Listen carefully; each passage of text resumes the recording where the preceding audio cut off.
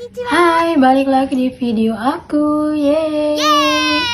Seperti biasa, kita bakalan bacain cerita-cerita dan pengalaman para netizen plus 62. Jadi seperti apa keseruan kita hari ini? Langsung aja kita baca yuk. Oke, kita lanjut ke cerita yang pertama ya.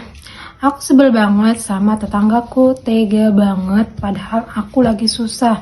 Niat hati pinjem duit 2 juta buat sepeda, buat anakku.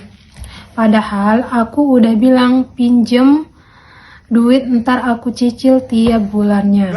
Aku berani pinjem duit ke tetanggaku ini ya, karena dia orang punya bun. Tapi apalah daya, buru-buru dikasih malah dibilang aku nggak ada duit.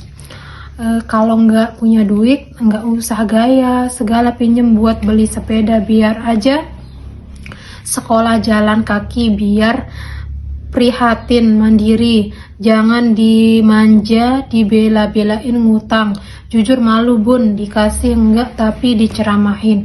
Yang bikin nyesek lagi aku yang nawarin tanah dibeli, bilang ke aku nggak ada duit. Hey bunda-bunda dimanapun berada ya, kalau kita posisinya lagi nggak ada duit, jangan dipaksain buat kita harus bergaya seperti orang-orang ya. Jadi kumpulin aja duitnya dulu gitu kan, baru kita beliin anak kita sesuatu yang dia inginin gitu. Nih kalian ada punya tetangga nggak sih yang kayak gini? Komentar ya di bawah, tanggapan kalian kayak apa gitu. Lanjut cerita yang kedua. Dulu mamaku pernah berkunjung ke rumah kakaknya, tapi iparnya malah sibuk ngobrol sama tetangga rumahnya dan mamaku dicuekin. Mamaku nggak dipersilakan masuk, cuma duduk di depan pintu rumahnya. Padahal mamaku dari Tangerang dan datang ke rumahnya di Jakarta cuma mau nengokin anak kakaknya yang habis kecelakaan, tapi semua keluarganya dicuekin kedatangan mamaku. Sedih nggak dianggap. Sekarang mamaku udah wafat dan aku nggak pernah lagi silaturahim sama mereka, bahkan ketemu pun aku nggak mau. Nggak apa-apa kan? Yes, nggak apa-apa banget. Simple aja ya guys ya. Siapa yang menerima kita terima, siapa yang menolak kita tolak balik. Nah, buktiin ke orang-orang tersebut bahwa kita bisa lebih baik dari dia. Kita pokoknya harus lebih maju lagi, lebih semangat lagi kerjanya biar lebih kaya, lebih keren, lebih baik daripada dia. Tunjukin kepada mereka bahwa kita jauh lebih mampu daripada mereka ya. Pasti dia yang akan ngejar-ngejar kalian deh besok. Oke, lanjut ke cerita yang ketiga. Lanjut. Gue ngerasain banget berat badan perempuan itu jadi rusak setelah hamil, melahirkan, menyusui, badan jadi kemrot, banyak stretch mark, lemak sana sini, perut gelambir, tete kendor. Real itu semua gue rasain. Makanya gue paling benci sebencinya sama laki-laki yang selingkuh istrinya hanya karena istrinya gak cantik lagi dan fisiknya berubah setelah beranak. Sumpah, laki macam itu harusnya dari awal Allah mandulin aja. Kagak usah jadi bapak. Badan istri ancur-ancuran juga karena lu. Mana pelit, low maintenance, gak mau turun tangan, urus anak, paterki, suka nyakitin pula. Tapi nuntut istri balik gadis cantik paripurna. Cuy, najis. Tanggapan aku tentang cerita ini adalah yes, betul. Setelah kita melahirkan, menyusui, kita pastinya bakalan gendut, bakalan jelek, bakalan apalah, hitam, deki dan sebagainya. Karena kita memang gak ada waktu buat ngurus badan kita lagi ya. Kita fokus paling ngurus anak, ngurus rumah, ngurus suami dan lain-lainnya gitu loh. Bahkan kita mau buat maskeran aja sampai nggak ada waktu gitu loh, kayak udah capek di pekerjaan kita yang lain gitu. Nah, Nih, tapi teman-teman, kita pastinya ada waktu buat mempercantik diri setelah anak kita udah usia 2 tahun ke atas gitu. Pasti kita bisa mempercantik diri lagi. Dan buat para suami yang misalnya kalau dia udah selingkuh saat kita jelek, saat kita belum bisa ngurus diri, ya udah. Setelah itu jangan mau balikan lagi ya guys. Pastinya kita mempercantik diri, memperbahagiakan diri jauh lebih baik lagi. Kalau udah kita cantik, tinggalin dia dan jangan pernah kembali lagi pastinya. Oke. Nih kalau kalian punya pengalaman kayak gitu, ditinggalin dan dikomentarin sama suami jadi jelek atau apa setelah melahirkan, kalian bakalan tinggalin apa tetap bertahan nih? Yuk langsung komentar ya. Lanjut ke cerita selanjutnya. Oke. Aku nikah karena hamil duluan, Mbak. Pas nikah usia kehamilan 22 minggu. Aku masih SMA kelas 3. Jadi lanjut sekolah walaupun malu jadi bahan gunjingan semua orang sampai guru.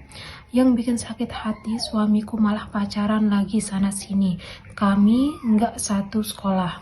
Di sekolah dia juga dah nyebar masa cewek-cewek itu masih mau dipacarin suamiku. Gila banget kan? Aku aduin ke ibunya malah jutek aja nggak peduli. Sekarang aku udah nggak sekolah lagi, malu banget jadi gosip karena hamil.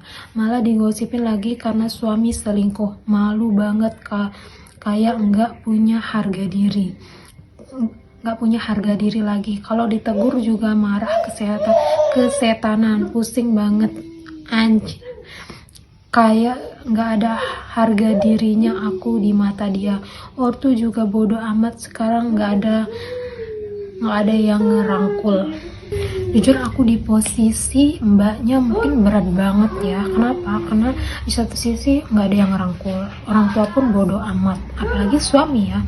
Jadi menurut aku si mbaknya ini fokusin dulu ke kehamilannya sampai melahirkan. Nah mungkin nanti bisa dititip anaknya, lanjut dengan kehidupan baru yang lebih baik. Jangan buat kesalahan satu lagi. Kalau memang suami masih selingkuh lagi, ya udah anaknya dititip dulu di mana, entah di orang tuanya atau di mertuanya atau di suaminya.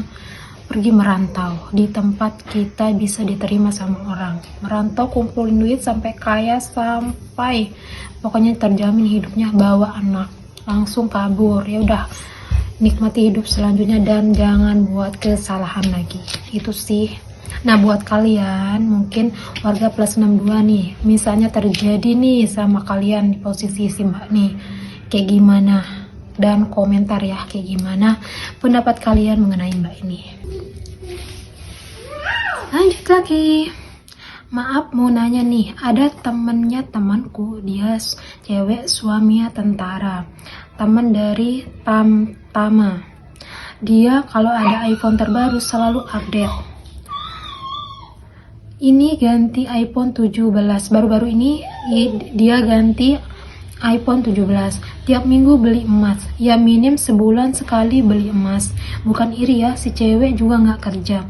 Yang saya heran, duitnya dari mana, dapat dari mana. Aku aja yang gajinya 2 digit aja suka sayang mau ganti iPhone 17 Pro. Bukan nggak mampu tapi lebih kayak ditabung nggak sih guys. Ini menurut aku ya pribadi masing-masing.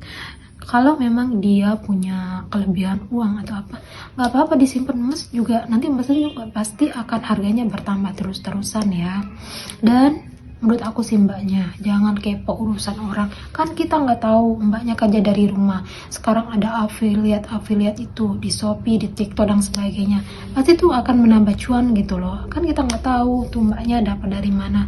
Mungkin gaji mbak yang 2 digit itu nggak ada apa-apanya dibandingkan dia dapat dari affiliate atau sebagainya. Kan dia bisa aja jualan online dan sebagainya, pendapatannya yang banyak itu mungkin ya tabung juga dan sebagainya gitu kan. Kita nggak usah kepo dengan kehidupan orang. Intinya kita nggak usah kepo terhadap kehidupan orang. Kita nggak tahu penghasilan pendapatan orang itu dari mana. Yang penting kita urus diri kita sendiri, hidup bahagia dengan diri kita sendiri. Itu saja sih. Nih kalau punya teman, tetangga atau apa yang suka komentarin Kalian tanggapannya kayak gimana? Oke, kita lanjut ke cerita yang selanjutnya. Bapakku dulu pernah bertengkar dengan tetangga, tapi jadi aku ikut terbawa dikatain sama tetangga. Anakmu itu perawan tua nggak laku-laku. Si bapak jawabnya, biarin anakku PNS, anakmu pengangguran semua. Wow, menyala bapakku. Yes, tepuk tangan buat si bapak. Menurut aku guys, ya nggak apa-apa jadi perawan tua daripada pengangguran, nggak ada cuan, nggak ada pendapatan, yang malah buat orang tua pusing ya kan. Ya kita juga nggak tahu jodohnya sampai mana kan, nanti juga dapetnya PNS, sama-sama PNS. Yang malu siapa? Kan tetangganya sendiri. Nih pendapat kalian, kalau punya tetangga yang suka komentarin kayak gini nggak laku-laku, gimana menurut tanggapan kalian?